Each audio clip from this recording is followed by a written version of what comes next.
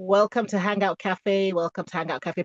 We're going to have a conversation today about women. It's International Women's Month. We've come to the end of it. And so this is a perfect way to finish it off with this conversation about women. As we all know that women make the world go round. That women. See, Collier, preach it. I'm telling you, women make the world go round. Change a woman and you change society. That's the bottom line. So, yes. So, a couple of weeks ago, I went to this event called, it was the Charity Lounge, which is now the Impact Lounge. And it was basically called In Good Company.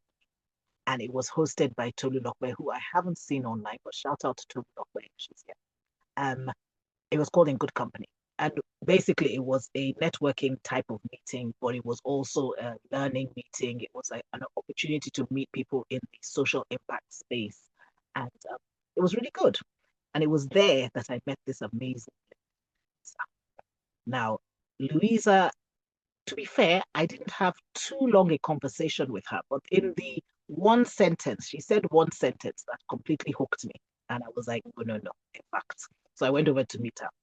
And it was something she said, it's about her story and what she does. And we're going to talk about that today. So that's why we invited her on, because I thought it was a very impactful thing and something very close to my heart as well. But she's actually running with it.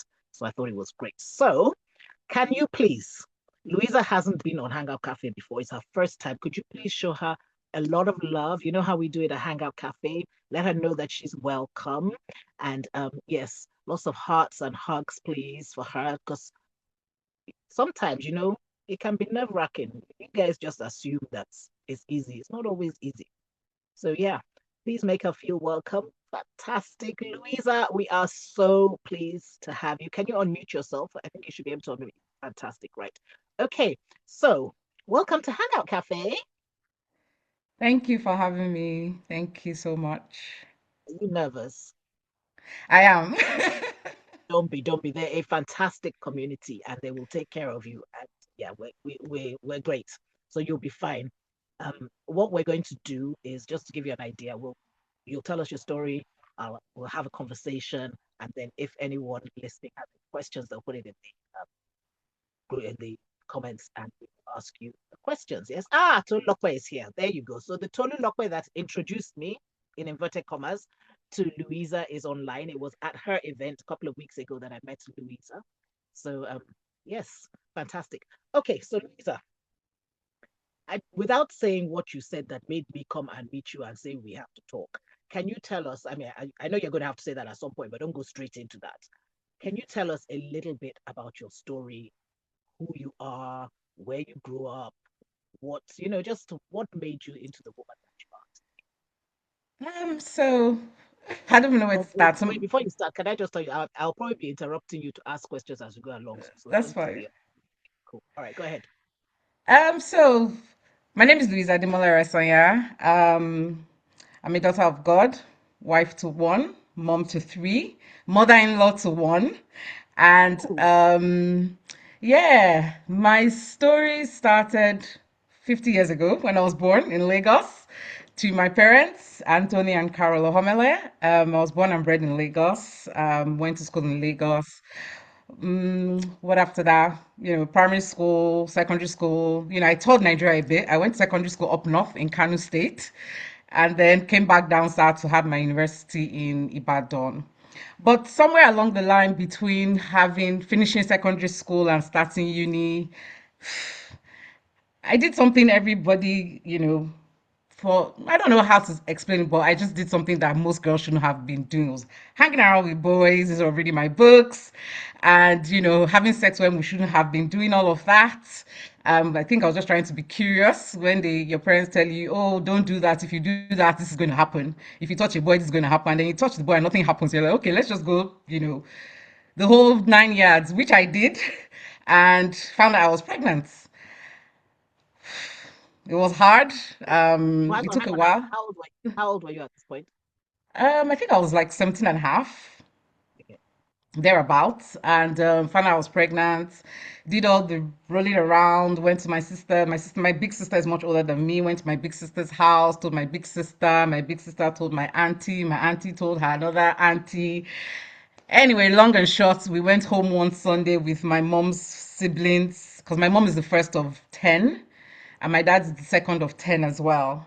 So, they had this they had this meeting. We went home to my parents' house and they told my parents that, this is what happened. This is why she left home for a bit to stay with her sister and all of that. And yeah, and from there my life changed. That's all I can say. It just changed.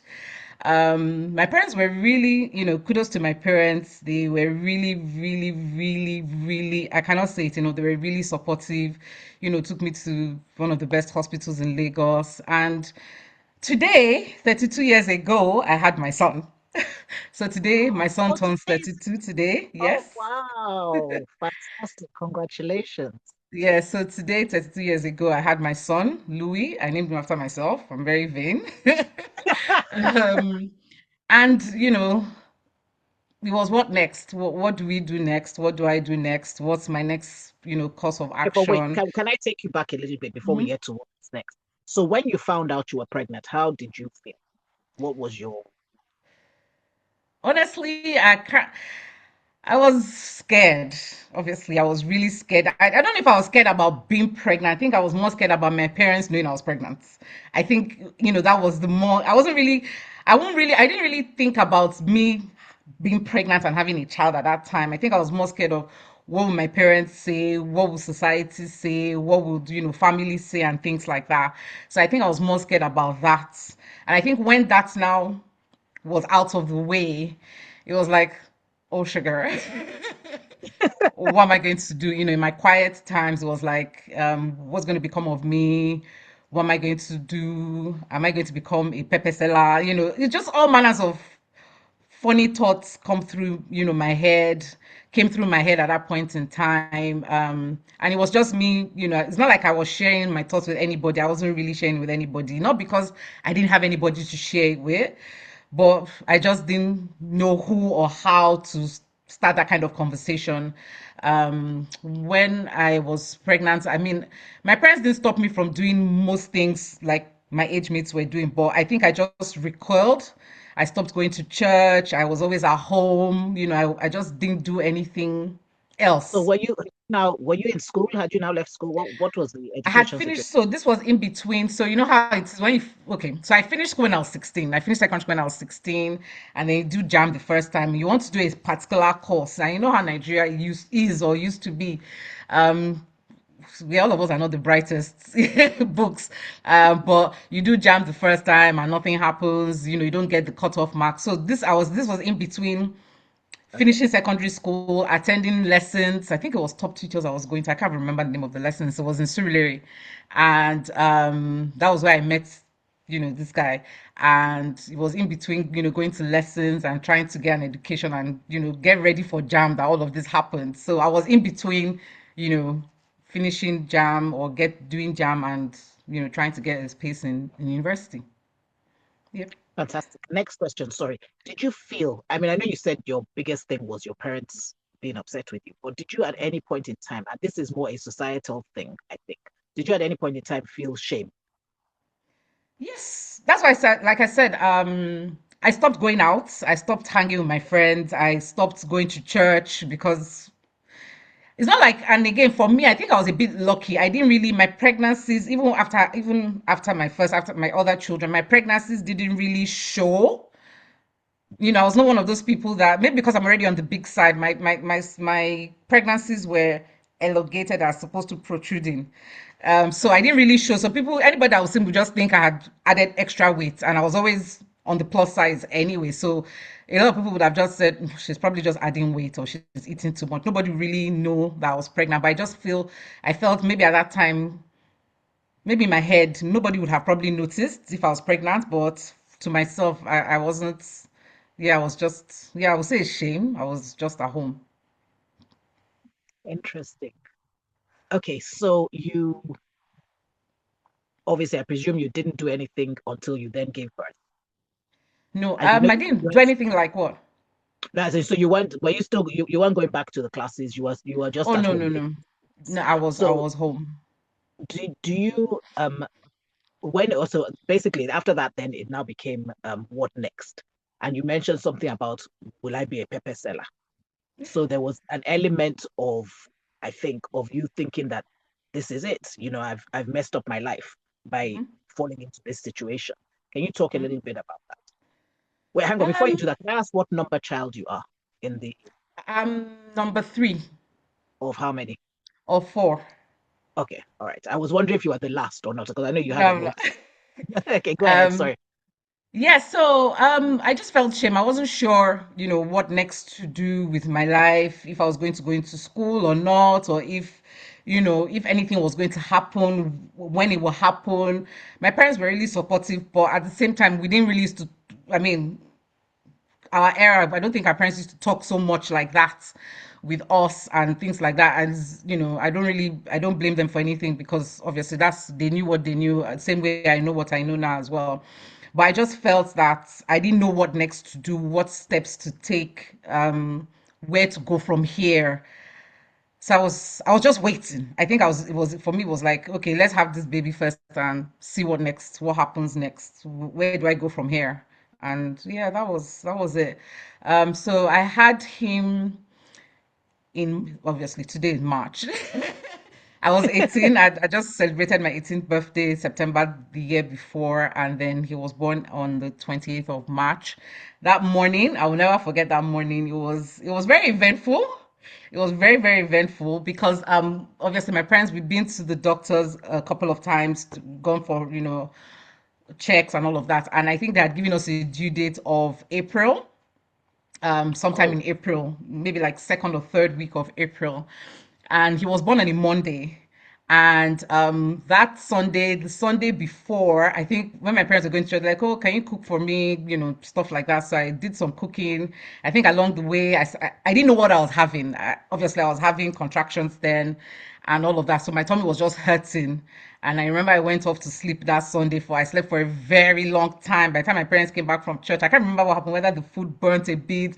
Oh, I can't remember what happened that Sunday. But on Monday morning, I think around 6 o'clock there-ish, 5:36 there-ish, I was in pain. Oh my goodness, I don't think I've ever experienced that kind of pain before or after. I was in pain. I went to my mom's room. I knocked the door. I was like, I don't know what's happening, but I'm in pain. And I think as we were talking, standing there, my water broke. And I was shouting. And she was like, don't shout, just calm down, don't shout, don't worry, we'll sort this out, don't worry. She went to call my dad. My dad, everybody jumped into the car. I will never forget that day. It was in the morning, and then we're living in Okota. My parents live in Okota, and the hospital was in Yaba. First consultant, it was in Yaba then. I have to, for people that don't know Lagos, how far, I don't know Lagos. Is that I'm far not or sure. I don't know, and half an hour, maybe if there's no traffic in Lagos, maybe 45 minutes, I think. I really don't even know myself. But anyway, one thing I remember that day is that there was traffic and my dad did a one way. So he drove on the other side of the road. We got to the hospital. We hadn't bought anything because we were still thinking the baby was still coming, sometime in April, towards the end of April, more or less. Because I think that year, Easter was end of the year, end of April. So that was what we're working towards. So when we got to hospital that day, my mom was panicking. She's like, "We've not bought anything." So, she was like, she let her quickly go to the market to go and buy stuff. And she left me there. And, the doctor was really, really, wonderful doctors. And my mom already told me, don't shout, oh, don't shout. Oh. If you start shouting, all your other children, when you're having them, you will be shouting throughout, that. Just hold yourself, be a Hebrew woman kind of thing. And, they took me to the delivery ward and I had okay, wait, him can I by, wait, hang on. Can I pause you there? You're about yeah. to give I want to pause you there.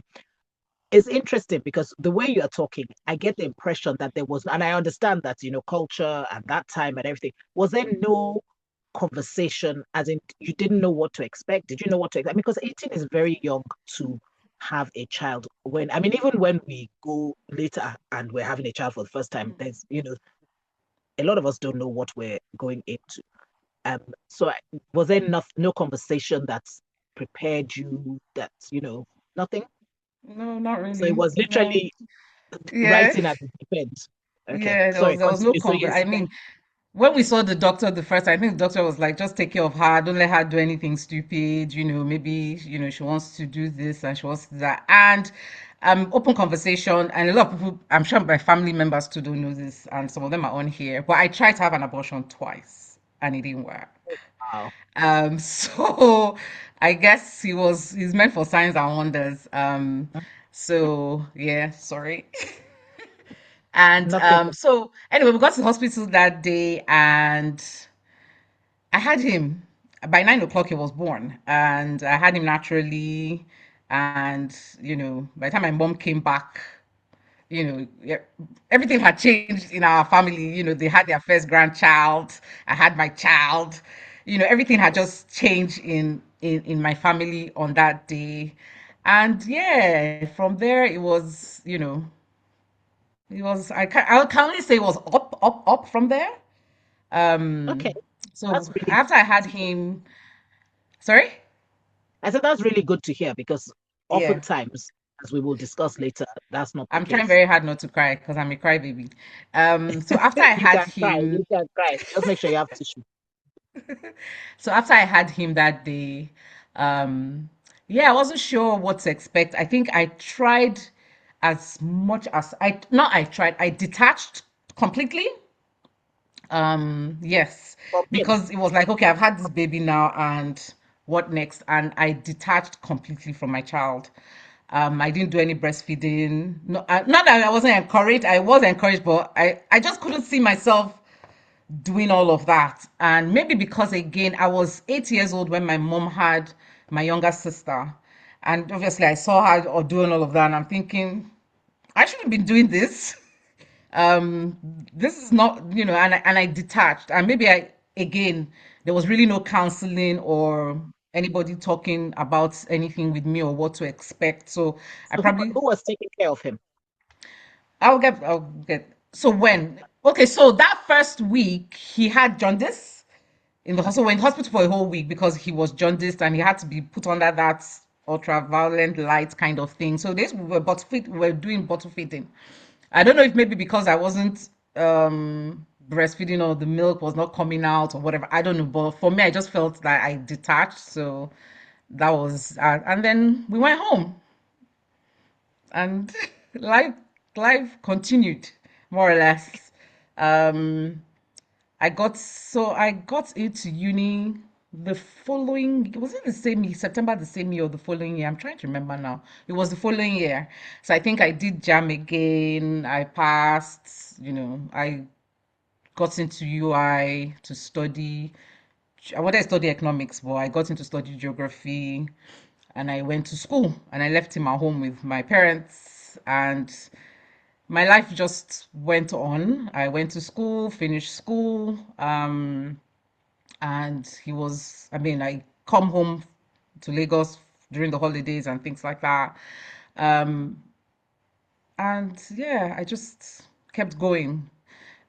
So along the line, you would hear, I mean, maybe directly or indirectly, oh, she's had a baby, what's going to become of her? And I think I now use that to fuel myself, to make sure that, and I'm the kind of person that I think I got to a stage, I think maybe it was after I had him or maybe just before, I just said, you know what, I'm going to prove to anybody and everybody that I'm going to be something, somewhere, somehow.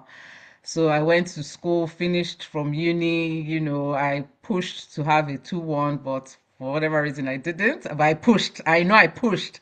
I pushed really hard. I was like 4 marks short of a 2-1, but anyway, story for another day. I pushed, graduated, went to do my NYSC and started working. Then I moved to Abuja. Started working, life just continued. So all the while he's with your parents. So your parents are raising him. Yeah. All the while he was with my parents. My parents were raising him, and I think one of the things I also did when I entered uni, I never stopped. I didn't deny the no no I didn't deny the fact. I gave that information to people freely. So when I meet people, it's like, oh, my name is Louisa, I have a son. I don't know why, but I just felt it, and it was really good because it helped me. The friends that I knew that I had in uni then, I knew they wanted to be my friend irrespective of the fact that whether I had a child or not.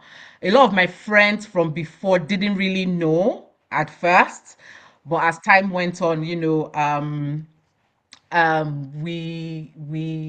told them, and they came around and were like, oh, my auntie, my big aunties now, and then things like that. So it was good. I had support, but obviously at the same time there were people that were probably saying things like, oh, she's never going to amount to anything, she's just a pretty face, and then she's a pretty face now, and then she's had a child, and things like that. So I think I used that as well to push myself to try and become something of myself. So I had my NYC, I did in Abuja. I got a really good job, for my NYC. I was working with Budget Office, Ministry of Finance. Fantastic job for a first timer. And when I finished from there, I got a job in a bank. And then I started my banking career. I was a private banker. I loved it. And then, I just kept on living life. And then I met my now husband, then boyfriend, when I was working in Abuja. Funny story, we met over Let me the see. When phone. you met him, what did you say? My name is Louisa and I have a son. Did you say that to him when you met him? More or less, I think. I think he knew right from the get-go that I had a child. I don't think, yeah, I think from the very get-go he knew I had a child. I mean, and in between, anybody I dated knew I had a child. I wasn't hiding it. It wasn't, I didn't see any reason to hide it. My parents had accepted it. My family had accepted it. So I was like, if the people that matter most to me have accepted it, and then you outsiders are not accepting it, I was like, well, I really don't care. So it was for me, it was just something I think I had to do. I don't know why, but I just did it. And the people that are my friends, some of my friends that are still my friends today from then, they knew right from the very beginning. So I met my now husband then, and yeah, we got talking and we started dating, and then um and my son now, obviously I had finished school, started work, and he used to come to stay with me in Abuja. And because when he was growing up, he used to call me by my first name because he probably thought I was his sister at Yeah. first, but by the time and I didn't say anything about it at first. I just let it slide, and then by the time I, started making my own money, helping back, sending money home it's not as if my parents needed the money anyway, but it was just good to do that once in a while. And then he started coming to stay with me in Abuja for his holidays, and then I think we now started the mom son relationship, proper. So he used to come to stay with me in Abuja for holidays sometimes, or he'll come to the UK to stay with my big brother for holidays. So I tried to give him a good when I could, I tried to give him a good childhood and all of that. And so I met my husband and we decided to move to the UK. And before we moved to the UK, me, him, and my son turned 10. We had a big party and all of that. And then we took a drive from Lagos to Edo State to go drop him off in secondary school, because he was going to boarding house. I was coming to the UK, and just, not really to remove any stress from my parents or anything, but we just thought that would be the best option for him. I mean, all of us went to boarding school in Nigeria, so like, yeah, you're going to do boarding school as well. Why not? So he went to boarding school in Agenebode, and he spent some time with my grandmother, which was really good because he met my great grandmother before she died. So my mother's grandmother. Wow. Hi, but I have Um, someone is asking how old was he before he found out when he found out you were his mom? Maybe I'm not sure. I'm not sure. Well, Four, four, three, four. No, it wasn't too long. I don't think it was too. I can't really put a timeline to that. Honestly, I can't put a timeline to that. But I know he's called me by my first name, and then I was like, no, don't do that anymore. And we just flew, rolled into mom. yeah, Yeah, I can't remember when exactly. he We was still told quite young. him. Sorry. But he was still quite young. He was very, very young. Oh no, he was really young. So anyway, so we dropped him off in school and we came to the UK to, start life. Me and my then boyfriend, he wasn't my husband then. Um, I take a lot of risks as well. He was coming to the UK, and I more or less followed him to the UK. I left everything behind in Nigeria. I left my job, resigned. I was almost a bank manager with Zenith Bank. I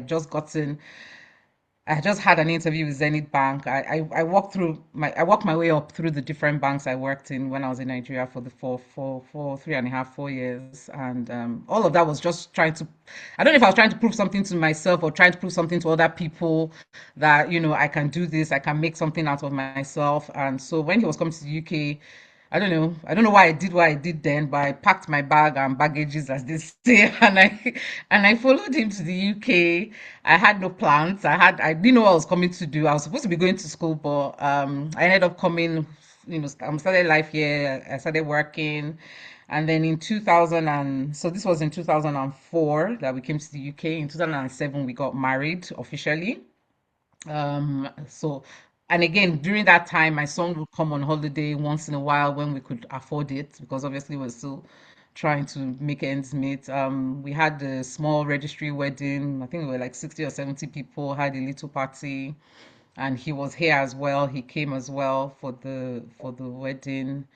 And then life just, continued. I went on to have my second child, Angela, in January of 2008. And then in October of 2011, we had our last son, Oluwafunlade, our baby. And yeah, life continued. My son Okay, now pause, pause, came. pause. Let me, let Mhm. me, let me come in. So the father of your son, did he stay in touch? Did he take responsibility, or is he out of the Mm, picture? Or do you not Okay. want to talk about? It's also I fine. can't tell. It's fine. So when I found out I was pregnant, he had moved to Canada, and we were doing long distance calls. Sorry, daddy. Phone bills in Nigeria, then we're doing long distance calls, and I told him I was pregnant, and he didn't want to know anything about it. So when my parents found out, or when we told my parents asked me about him, and I told them what he said, and they were like, "Well, we're not going to go and look for anybody's parents to tell them that, my child is pregnant with your child's child. And if he wants to tell them, fine, they should be the ones coming to look for me, and that kind of thing." So I think all of that again played a really good thing, as in, okay, my parents are like, sorry, but I don't know a better word to use, but to hell with them. If they don't want it, if they don't want him, then they are lost. So he bears my maiden name. So my son bears my maiden name, because we didn't put his dad's name on the birth certificate. So he bears my maiden name. He goes by Louis and we're happy and proud of that. He's a strong Ishan boy, like his mom. And yeah, so life continued. He moved here. He now joined us in the UK after he finished secondary school in Nigeria, and he came to do his A levels. And yeah, life has been good. Obviously, ups and downs with anything else. But life has been good for me and for him and for all of us. I kind of call him, not, I don't want to say good luck charm, but I kind of call him that, because things were just I just think things were just going positively, even though there was times where things were not as nice as I wanted them to be. But all in all, they were really positive. My husband Dapo, who is on the call now, thank you, Dee. He stepped up. He stepped up. That's all I can say. He stepped up, and I'm Thank you, forever Dee. Uncle D, Bros D. He has so Yes, many so names. yeah, so we have to give because it yeah. In fact, please can you all please Dapo, can you see all the had thumbs up, the claps were very because we don't take for granted the fact that a lot of men don't. So it's always great to find good men. So thank you for being a good man. Sorry, continue, Louisa. So he stepped up. I remember the first year when Louis was starting his A levels. They had this big fight, and Louis was like, and I was like, I don't care. I'm your father. Da, da, da. And he put him check place. So and sometimes I used to feel jealous because Louis will tell Dapo everything before he tells me. Sometimes, in fact, he won't tell me. I will not hear second hand from Dapo. I was like, "But I'm the one that is your mom now. What's all this about?" But anyway, I'm just really grateful, to God. And life continued. Fast forward 2024. He brought home this, beautiful, lovely girl. And yesterday, his dad said, "Your son picked you for his wife." I was like, "What's that supposed to mean?" So she's from Edo State as well. Her name is Lucy. We kind of look alike. People think she's my daughter, but she's my son's wife. And they got married in October of 2024. And I think that was, I mean, apart from the day I also got married, I think that was another, highlight of my life. Everybody was there. His grandparents were there to see their grandson get married. His uncles, his aunties, everybody was present. It was just a lovely, lovely, lovely time. And yeah, so I've been after I had my son, I'm going to go back. After I had my son, I won't say I knew of people personally that had children about the same age as me at that time. But I heard stories, oh, they've, kicked this one out of their house. They've, you know, disowned this one just because the girl got pregnant. And I was like, I mean, for me, I think because I got that support, I just felt that that was really bad. What's going to happen to this child now? Because obviously at that age, we're still children. I know, yes, 18 is legally an adult, but the truth about it is we're still children. Um, and it had just been pulling in my head for a very long time. And then after a while, I just forgot. And then last year, so 2024, when my son, he got married in October of 2024. I think after I got married, something just kept tugging at my heart that, this thing you said you wanted to do, what's happening to it? I'm sure it's God. People say, stop saying some things, just say God. But I had this gut feeling. And then 2025 January, I was the year I was turning 50. And I just felt that God has brought me this far. He's done so good for me. Why am I just keeping quiet about this? Um, and I kept fighting it and no, I want to do it. No, I don't want to do it. I don't want to do this. You hear a lot of talk about charities and what happens with people that run charities. You always when you want to do something, I think all the bad things about what you want to do come to the forefront more than the good that people are doing. You're saying good things that people are doing, but the things that are recurring in your head are, oh, what would people say? You're spending their charity money on this, yeah, things like that were kept on. I was like, no, I'm not doing this, I'm not doing this, I'm not doing this. But in September, I said, okay, I'll do it. But it's like, okay, what do I do? How do I start? And I knew someone, or I know someone who runs a charity to do with pregnant moms. And I know Okay, she wait. also So helps people. Sorry. you keep saying I'll do this. Now I know what it is, but you haven't actually told us what it is. So obviously your journey was a positive journey. And interestingly enough, your greatest fear was your parents who like literally switched that on the head by not doing what you expected them to do. So they gave you the support. You were able to continue life pretty much as normal.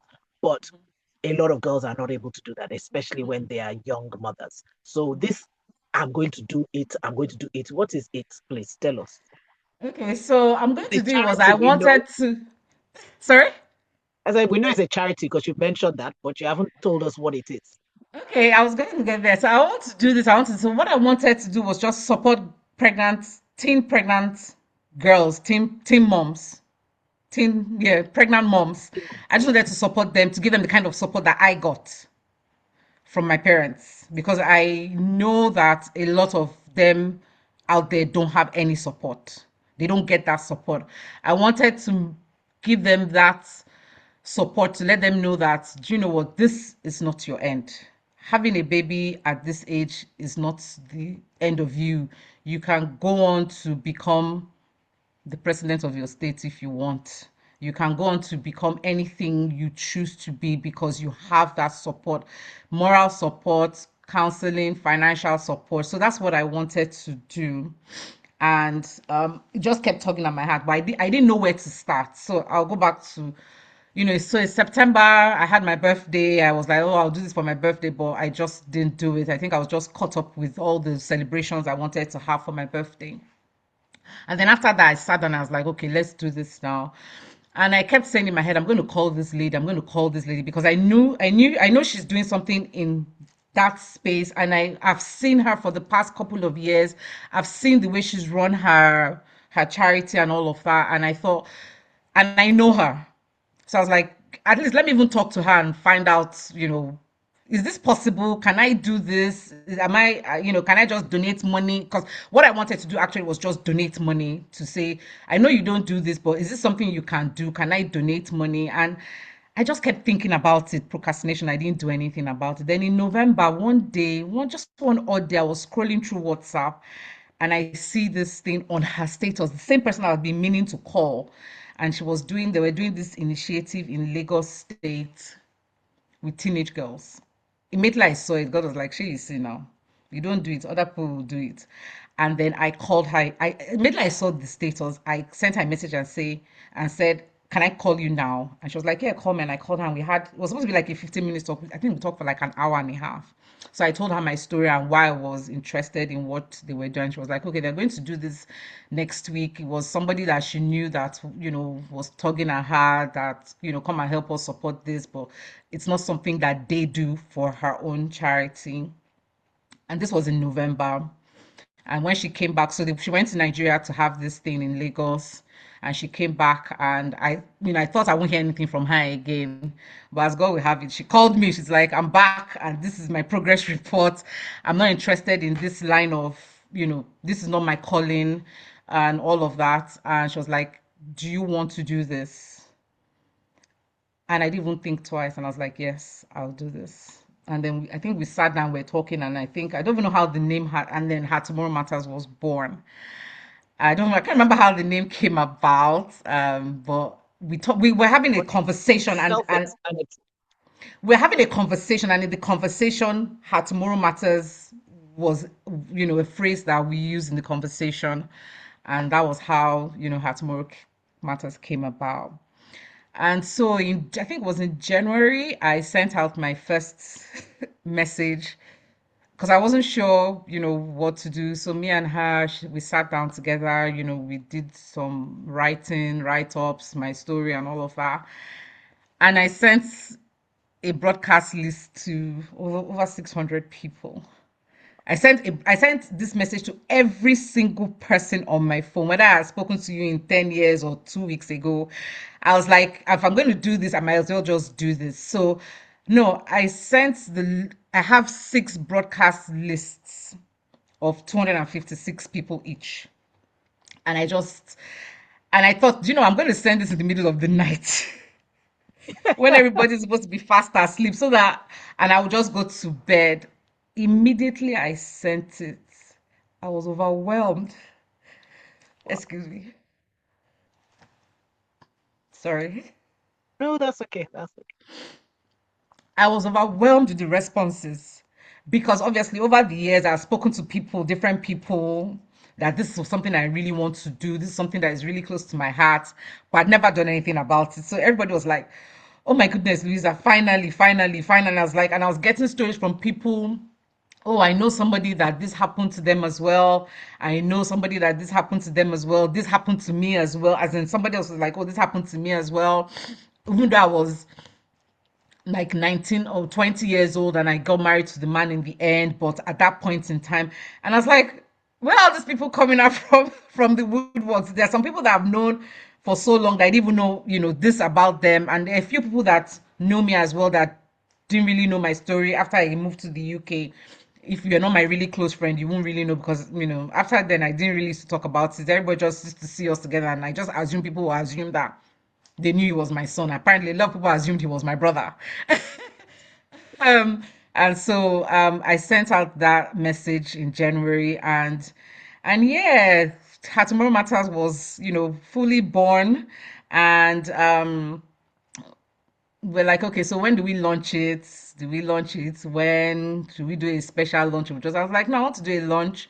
I want to do it, I don't want to say properly because people do things differently. I want to do a launch. I want to have a launch date so I can have an anniversary date. I'm finicky like that. And I thought, what better day to do it on the day my son was born? But before I made that decision, I called him and his wife, and we had a conversation. I was like, this is what I'm doing, and this is what I'm thinking. But if you say no, then it's fine. I'll find another date to launch it." And they were like, "No, why not? We'll do it on that day. It makes the birthday be, more significant, and makes her tomorrow matters meaning more significant and all of that." And yeah, there we are Okay, today. hold on We'll for me be 1 second. Hold on 1 second. Guys, if you have any questions for Louisa, please put them in the chat so that we can ask them before so we can ask them and get answers. Okay, so her Tomorrow Matters exists now. It's a thing, and it's in Nigeria, isn't it? Or is it here? So, yes. So we're starting in from Nigeria. We are supporting teen. I keep saying teen pregnant girls, teen moms, pregnant teenagers from the ages of 12 to 19. It's funny you would not believe that you get girls in Nigeria and anywhere across the world that get pregnant from age 12 and above. Some people actually, some places, the odd 11-year-old who is pregnant and things like that. So what we do, because we've started work, actually, we have 6 girls that we've signed up already. I think we have 4 babies now. And what we do is support them. So we do it in stages. The first stage is support them through their pregnancy, make sure they have the right antenatal care. They have counseling as well. They have counseling as well. We make sure they go to hospitals and things like that because, again, um, a lot of pregnant teens, and I'll say the same thing for myself. They don't tell anybody because they are trying to do everything else but have the baby. So they don't tell anybody. And by the time they tell people, it's either too late or, they've been malnourished, especially in rural Nigeria. So we're really focusing on rural Nigeria. But as time goes on, we're going to go, as wide as God will allow us to go globally, internationally. We're going to do all of that.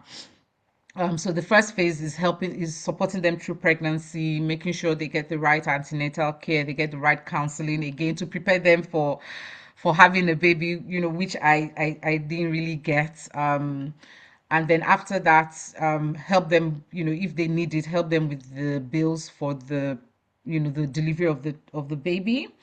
We also help them, give them a baby bag. So the baby bag has essentials they need for their baby so that they don't go to hospital unprepared like I did.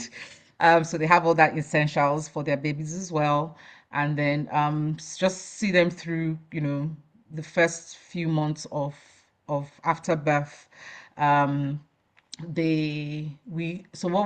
that's the first phase. Second phase is that they will have counseling after the baby has been born. We're also going to have a support group for them where all of them in the same locality can meet. Another thing is loneliness, because you are there by yourself. You don't know anybody else that has, that's in the same situation as you are. And again, there's nobody to talk to about anything. In as much as they are living at home with their parents or their guardians or whoever, it doesn't mean that they are open to talk to those people. Not because Yeah. they don't want to, just because they don't know how to have the conversation. How do you start that kind of conversation? With we have a 18-year-old who is living with her 80-year-old grandmother. How do you start that conversation with your 80-year-old grandmother? But if she's in a group support group with other girls like herself, with a counselor, we will do it by video link. I can, things like that. So well, I've not gotten to that stage, but that's second stage. That's The third stage will now be to find out exactly what they want through the counseling. Do they want to go back to school? Do they want to learn a trade? Do they want to learn a skill, IT, whatever it is? Then we start that phase, which will be the third phase, will be to, put them into school, get them into a trade school, skills learning, and then they graduate from that and become, functioning members of their society, earning an income for themselves and their child. And I think one of the things that I really want to empower the girls with is the ability to fend for themselves properly. I don't want a situation, and don't get me wrong, being a pepper seller, they can decide that's what they want to do, have a market store. But in those days, they were like, oh, you're a failed person. But if you do it properly, you can have a big shop and all of that. And if that's what they want to do, then we want to support them in that. But I think the main thing is to make sure or ensure or help them, have a a livable income for themselves and for their children so that they don't turn to things like prostitution. So I think that was the main thing for me, was that because they get to a point, they will probably, if they don't have the support, they might get to a point where they feel the only way they can fend for themselves and their child is by selling their bodies, which is Yeah. something I really don't want any of them to do, because it's, not bad enough. Every child is a blessing, but it's bad enough that they already have a child at that age, and It's challenging. then Yeah. the So challenges we of have a it couple, all. But yeah. we have a couple of questions. The first one I think you've already answered, where it said, how did your life change at 18, your day to day? How did becoming a mom at 18 change your day to day life in Nigeria? But I think you've kind of answered that already because you had such a good support system. So it didn't change so much. But is there something else you want to say to that? I mean, I think that's what I got from what you said. It didn't change so much in terms of what I was doing, but I think I was a bit more cautious about the things I was doing. Um, because I probably just didn't want to get into trouble again. Because I think I'd had enough trouble to last me, not trouble, I mean, that's how we say it. And I think getting pregnant was enough trouble to last me a lifetime. And I didn't think I wanted to do anything. So I was really cautious about, things I was doing. Um, yeah, at 18, I don't think I thought too much about my day to day was just there. There was nothing eventful or extraordinary about it. But my parents, I would, I mean, I think I told when I turned 19, I didn't have a party, but I had friends over. I had a birthday.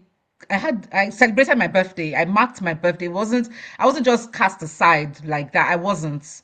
I was still part of the family. I was still doing things that we needed to do with the family. It's just that we had one extra, little handbag, following my I mom like. around. And yeah. Okay, so how about the girls? How do you find the girls that you work Okay, with? so now what we do is so we're based right now, we're in Akure, and that's because the lady that I'm working with is based in Akure as well. So what we do is we go to, they have like a mother and baby hospital. So Okay. we've gone there to introduce ourselves to the health workers there, to say, this is what we do. So when a girl presents herself finally to, I mean, all the girls we are supporting right now, we met them 3, 4, 5 weeks just before they were having their baby, because that's when they decided to go to the hospital, or that's when somebody said, let's go to the hospital now, or and things like that. So we find the girls that way. We had a sanitization event on the day I met you guys, remember? They had an event in Nigeria where we did like an out call for pregnant people to come to have like a medical check, a medical talk. So we had some nurses on ground, did blood tests, blood pressure tests, and things like that.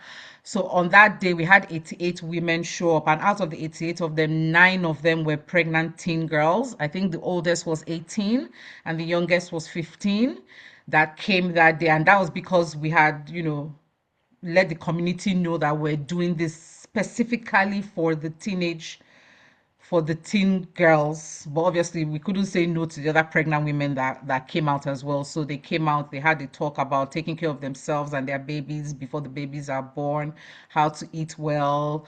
They got some prenatal supplements like folic acid and things like that. And then we also gave them a few like food items, and then took the teenage pregnant girls aside, and then we're following up with them and we normally will sign them on, and then start the process with them, give them the baby bag, and just follow up with them until they call us to say they're in the hospital to have their baby, and then yeah.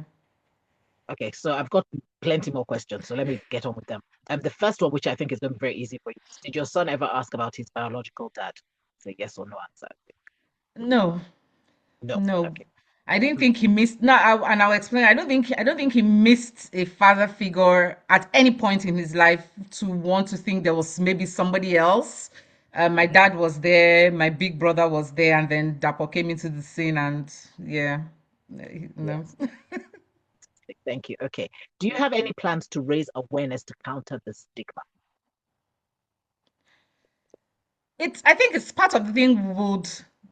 It's Hatmore matters in as much as this is what it is. I'm sure we'll get to the point where we need to, do little different projects that will not just counter the stigma, also maybe educate them on, I mean, safe sex and things like that as well for the girls and for the boys as well. I know it's all about girls, but obviously some of the boys are affected as well. How do they react when they know that their girlfriend or the person they were having sex with is pregnant and things like that? I think we'll get to that point at some point in our journey. What about the possibility of some of the girls not wanting to keep their babies? Do you have anything in plan, like maybe adoption, or is that in? So yes, we're also looking into things like that. In terms of abortions, obviously is illegal in Nigeria, so we won't go that route. But obviously we will get to a point where we want to collaborate with other, because we can't do it all and be all for everybody. So this is where, and this is one of the things I learned when I came to the Impact Lounge is, collaborating with Shout out to Tony other Lockware. yeah, thanks to Lope, it was amazing. So it's collaborating with other, initiatives, charities, and signposting them there and things like that as well. Because we can't do it all. Unfortunately, we want to, but we can't. We don't want to burn out and then lose the initial focus of which it is to integrate these ladies back, in society to make sure they become something of themselves. So how do they exit your program? Is there a specific point at which they exit? How does their relationship with you end? I mean, I know you Um, have uh, three stages. Is it just, so does it just their relationship will end with, I mean, I don't want their relationship to end with us because when they finish their skill training and they start work, I want them to come back into How Tomorrow Matters and help the ones behind them as well, either with counseling, telling their stories, because I am a story that I'm telling. I will want them to come back to say, with this support, this is what has become of me, and they can also encourage, you know, we're not promoting girls to go out there and get pregnant at that age, but it's going to happen anyway. Um, and so we will want them to come back into Her Tomorrow Matters and be ambassadors for Her Tomorrow Matters. I don't think the relationship will ever end per se with them. I don't think there's an end point. Obviously, when they yeah, graduate from either school or their skills trade, they'll do a graduation ceremony, and that's the end point, quote unquote. yeah. But I don't think I want them to just step, if they decide they don't want to, do this and just go and live their lives. I'm happy for them to do that, but we'll encourage them to come and try and give back, back to the other girls that are coming behind them. Fantastic. I mean, someone is asking about whether you're planning to give post-birth contraception, but anyway, I don't know if Yes, that's actually, your. yes, we are, because we're not encouraging, because sometimes some people might just go, oh, there's something that will help. There's someone there that will help us. Let me go do this again. I mean, they sign an agreement, they sign a contract with us to sign up. And one of the things about it is, doing all the after birth contraception and all of that.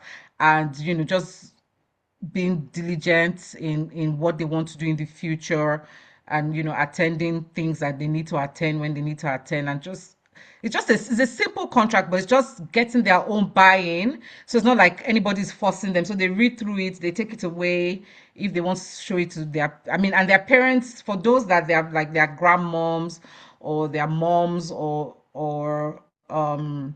their parents are involved. The parents sign that contract as well.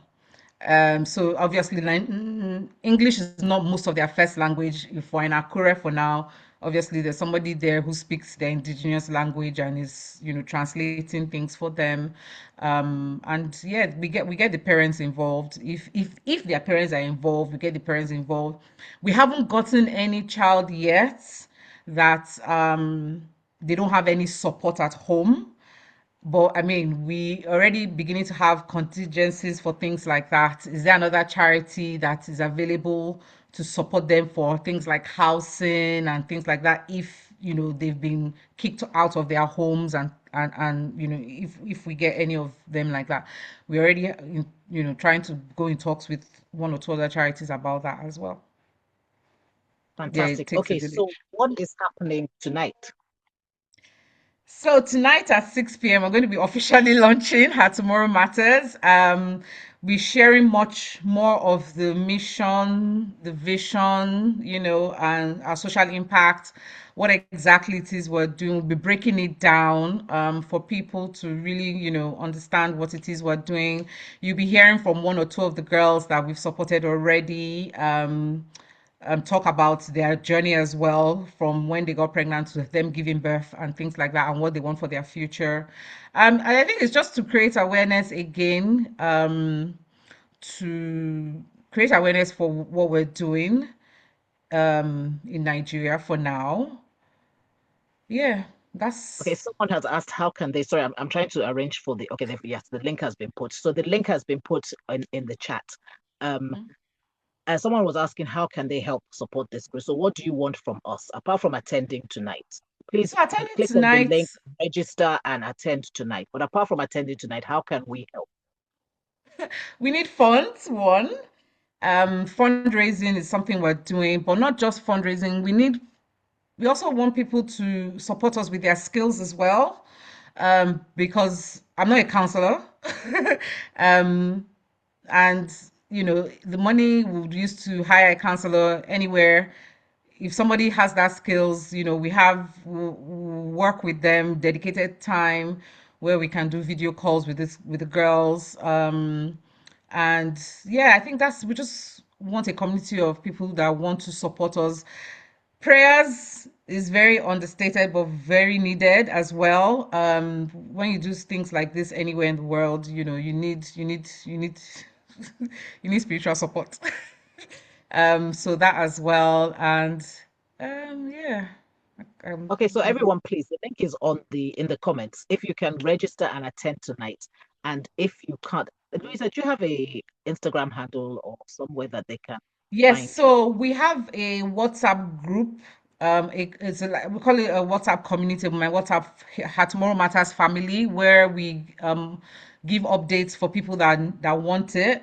So there's a link to join the group. Sorry, I should have sent you the link, but I can send it You later. can send it to me and we can arrange to get it out there. But if you Yeah, can, there's an Instagram page where we just post what's happening, but the WhatsApp group really is for people that really want to dedicate their time, resources to be part of this family. You get updates there. I don't choke you with messages. We try and do updates there once a week if we have any updates. If not, it's rather very quiet. I think some people have been like, why haven't you been posting the daily countdown? I was like, no, I don't want to overwhelm people with with sorry, people are texting me at the same time, to overwhelm people with information, to overload them with information if there's really no information. But that's what the group is for. And what else again? okay, so we put your Instagram handle on there. Tomorrow Yes. matters. Tomorrow matters. So guys, please go and follow and support whatever it is that you can do. We have done an hour. So Oh, wow. any final questions before I release Louisa? I mean, I think what you're doing is totally amazing. And I said to you when I came to you that this is something I have something similar that I want to do. So it just like my heart was like, yay, when I saw this. I think it's brilliant because yes, you had a positive experience yourself, but that is not true for everyone. And to be Yeah. giving back in this way is absolutely fantastic. So yes, Thank I you. don't think I have any further questions. yet. This is your last time. Okay, guys, can you say thank you so much to Louisa? Didn't she do amazing? Her first time on Hangout Cafe, and she didn't even. I mean, she just literally. You were brilliant. Someone Nothing to be says, am worried I about. fully registered? Yes, we are in the process. So somebody's asked me a question. Yes, we're in the process of being registered in Nigeria. We're going to be registered in the UK as well. All of that is going to happen before the end of the week, before the end of next week. We're fully registered. We're working on our website. We're taking it one step at a time, but I didn't want to hold back when I found out that there were already people that needed help in January. I didn't want to hold back. So we're doing all of that. I'm doing all of this right now with the other charity I said, that we're working with. So she's really helping. She's been really helpful. If you know her, it's Victoria Smiles Foundation. She's been absolutely fantastic. But yes, we're in the process of doing the registration. If anybody knows me, I do things absolutely the proper way. I don't cut corners. I do not like it at all. So I'm doing everything properly. Our board of directors are coming up. Everything is being done. Um, so yes, like I I said, I don't want to cut corners. I don't want to do anything wrong. I want to always be in right standing, not just with the law, with myself and with God. I think integrity for me is really, really up there. It's number one out of everything else. So yes, we're going to do everything the proper way, the right way. Tolu, thank you again. It's been very helpful. She's one of my mentors. I'm putting you in that group. She's one of my mentors in this space. And with yeah, we're just going. Fantastic. I love it, love it, love it. Thank you so much, Louisa. It's been an absolute pleasure talking to you. So Thank I'm you. hoping that pretty much everybody on here will attend today if they can. Um, and we know that it's only going to get bigger and better. And this is part of your support system here as well. So Thank you so fantastic. much.